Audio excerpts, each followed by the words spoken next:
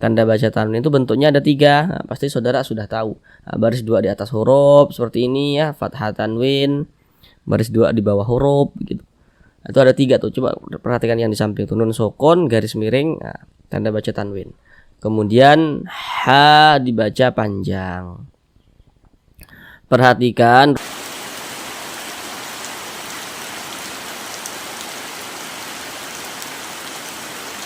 Assalamualaikum warahmatullahi wabarakatuh. Di sini kami akan berupaya untuk membantu saudara semuanya, baik yang lansia maupun yang masih muda, yang kiranya membaca Al-Qur'annya itu masih belum lancar, kemudian masih belum memahami ilmu tajwid.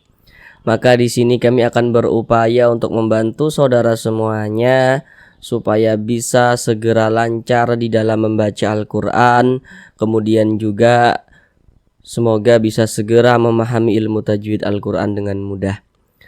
Nanti belajar mengaji Al-Qur'annya kami bacakan dengan pelan-pelan supaya memudahkan saudara untuk mengikuti bacaan kami guna untuk melancarkan bacaan Al-Qur'annya.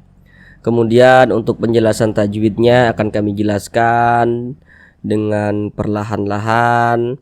Kami jelaskan dengan bahasa-bahasa yang sederhana supaya nanti lebih mudah untuk dimengerti penjelasannya. Baiklah, langsung kita mulai belajar mengaji Al-Qur'annya. Melanjutkan kembali, sekarang kita masuk pada surah Yasin ayat yang ke-13. Sebelumnya telah kita pelajari ayat yang ke-12, sekarang kita masuk ayat yang ke-13. Akan kami bacakan terlebih dahulu dengan perlahan-lahan. A'udzu billahi minasy syaithanir rajim. Bismillahirrahmanirrahim. Wadrib lahum mathalan ashabal qaryah إذ جاءها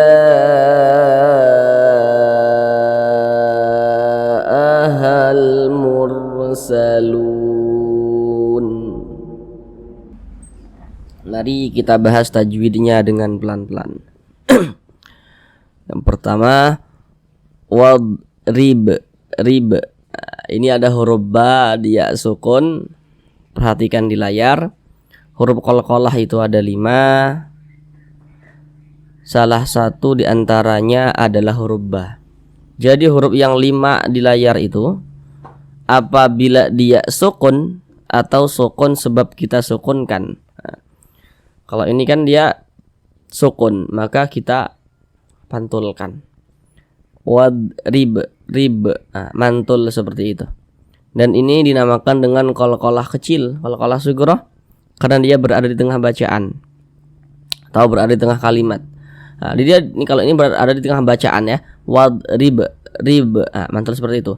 Kecuali kalau kita mengaji Al-Qur'an, kita berwaqaf tepat di huruf qalqalah, baru itu nanti qalqalah kubra. Nah, sedangkan ini kan kita tidak berhenti di huruf ba ini. Tidak berwaqaf di huruf ba. Maka ini dinamakan dengan qalqalah sughra, qalqalah kecil. Wadrib lahum. Di sini ada huruf mim sukun. Setelahnya adalah huruf mim atau mim sukun yang berjumpa nih dengan huruf mim. Atau untuk lebih sederhana lagi, mim sukun di depannya huruf mim. Nanti di sini kami penjelasannya itu kami kombinasikan dengan belakang dan depan begitu. Tapi ingat ya, kalau nanti kami katakan huruf belakang itu yang berposisi sebelah kanan. Kalau huruf depan, baru yang kami maksud yang berposisi sebelah kiri. Karena kita ini kan dalam ranah membaca supaya mudah dipahami. Beda kalau dalam ranah penulisan. Kalau penulisan Arab itu huruf depan itu yang di sebelah kanan. Huruf belakang yang sebelah kiri. Tapi kalau kita membaca supaya nanti mudah dengan penjelasan yang kami sampaikan, huruf belakang yang di sebelah kanan. Nah, kalau nulis huruf depan yang sebelah kanan. Ini kalau membaca, kalau penjelasan di video ini huruf belakang yang di sebelah kanan, huruf depan yang di sebelah kiri. Supaya nanti mudah untuk dimengerti begitu. Jadi ini mim sukun, setelahnya huruf mim, atau mim sukun di depannya huruf mim begitu. Kita lihat di layar. Hukum mim sukun itu ada 3. Perhatikan tuh yang di kotak nomor 2. Kalau mim sukun kemudian setelahnya adalah huruf mim atau mim sukun yang berjumpa dengan huruf mim, atau mim sukun di depannya huruf mim, hukumnya adalah idgham mimi. Kita dengungkan lahum, kita tahan ya, kita panjangkan sejenak. Lahum mathalan, seperti itu. Lahum mathalan asha. Kemudian di sini ada tanda tanwin. Tanda tanwin setelahnya huruf hamzah. Jadi bagi saudara yang mungkin masih belum tahu dan bertanya-tanya kenapa kok ini huruf hamzah bukankah ini huruf alif? Jadi kalau ada huruf alif kemudian memiliki tanda baca, ada huruf alif memiliki tanda baca, memiliki harokat ya, memiliki baris, itu huruf hamzah. Jadi huruf hamzah itu bisa ditulis dalam bentuk alif yang memiliki tanda baca seperti ini, bisa juga ditulis dalam bentuk seperti ini. Karena kalau huruf alif itu dia bentuknya tuh polos seperti ini, tidak ada tanda bacanya. Huruf alif itu nggak bisa dikasih tanda baca. Kalau ada huruf alif memiliki tanda baca itu huruf hamzah jadinya seperti itu. Makanya ini tanwin berjumpa dengan huruf hamzah. Kita lihat di layar. Setiap nun sukun atau salah satu tanda baca tanwin.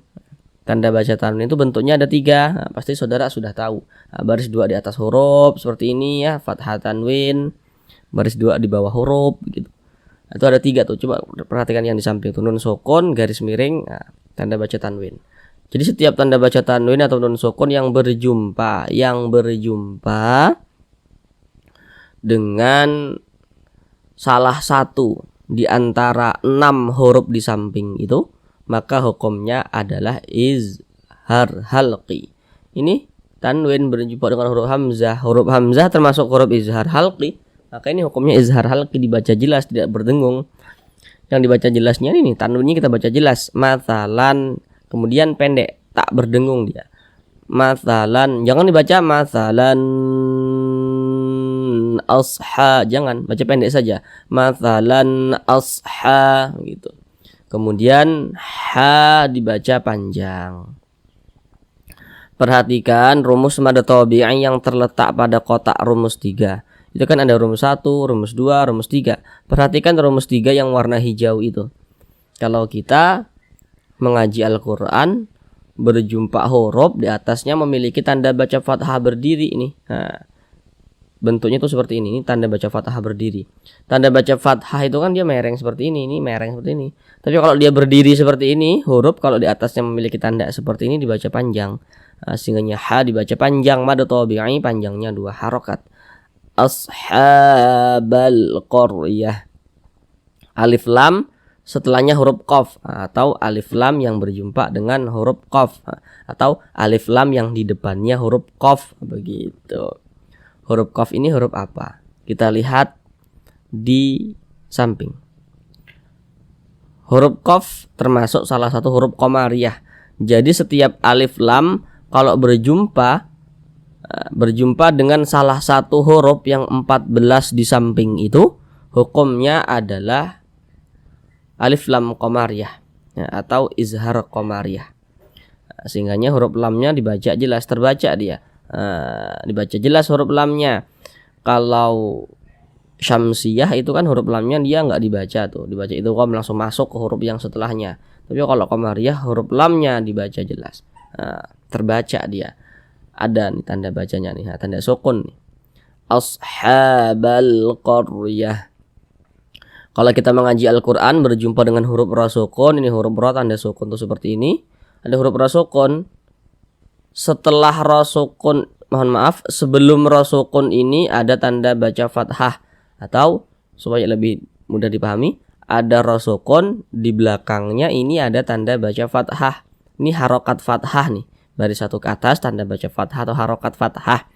Maka huruf ro sukunnya dibaca tebal, dibaca tabkhim sehingga pangkal lisan kita naik terangkat ke atas ketika kita mengucapkannya. Tebalkan huruf ro-nya. Kor begitu. Ya.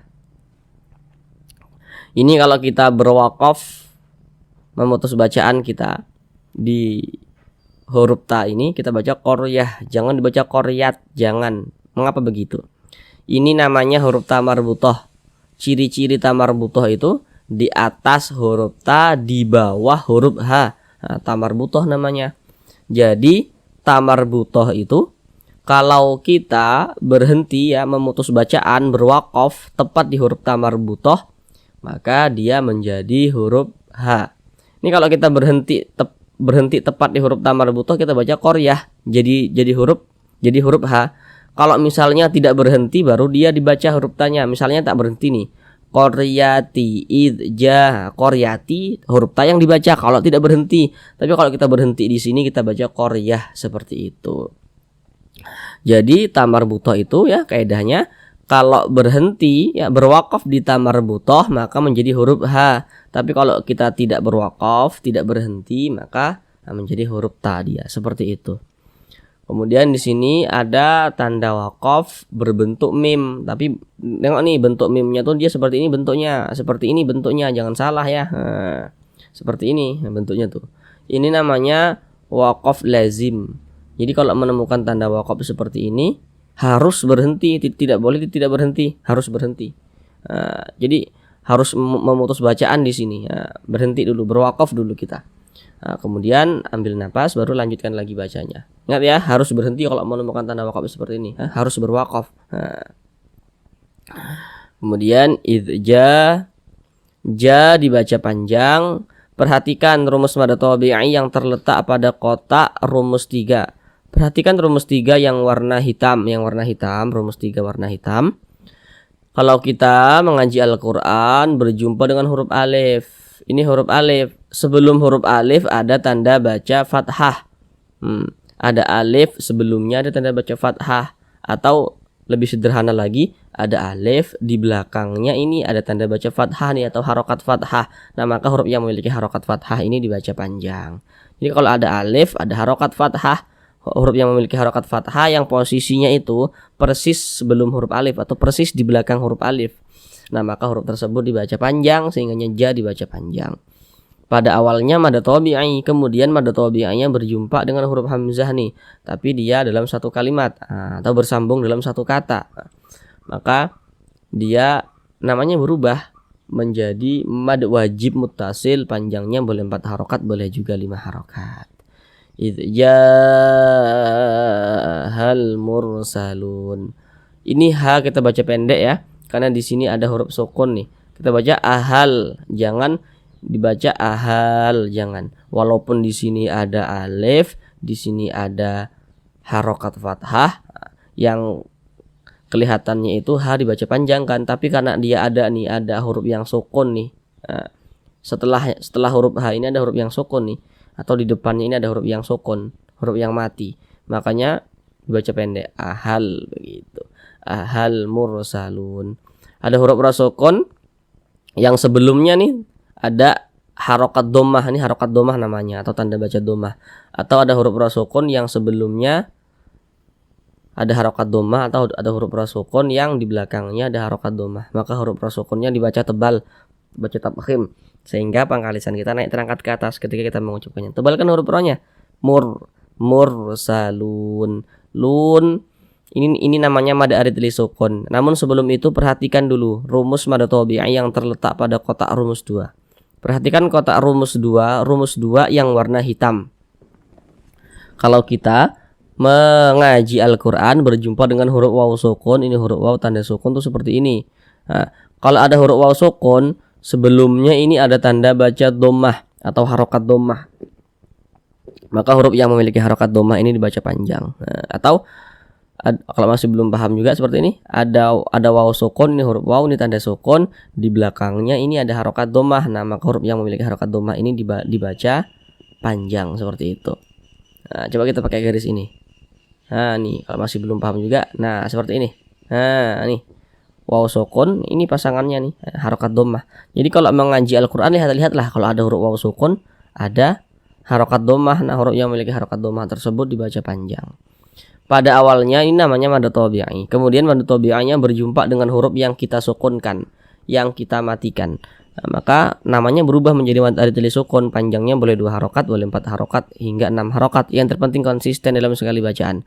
Maksudnya konsisten itu kalau kita mengaji Al-Quran, jika berjumpa mad arid li sukun, kita baca 2 harokat di atas, maka sampai ke bawah semuanya kita baca 2 harokat.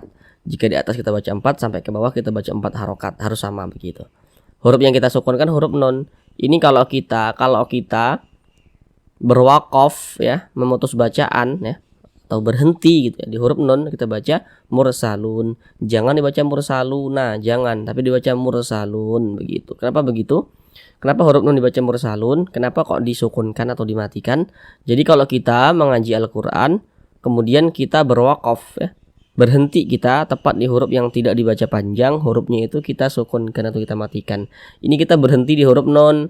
Huruf nun kan tidak dibaca panjang kan? Nah, makanya hurufnya itu kita sukunkan sehingga dibaca mursalun.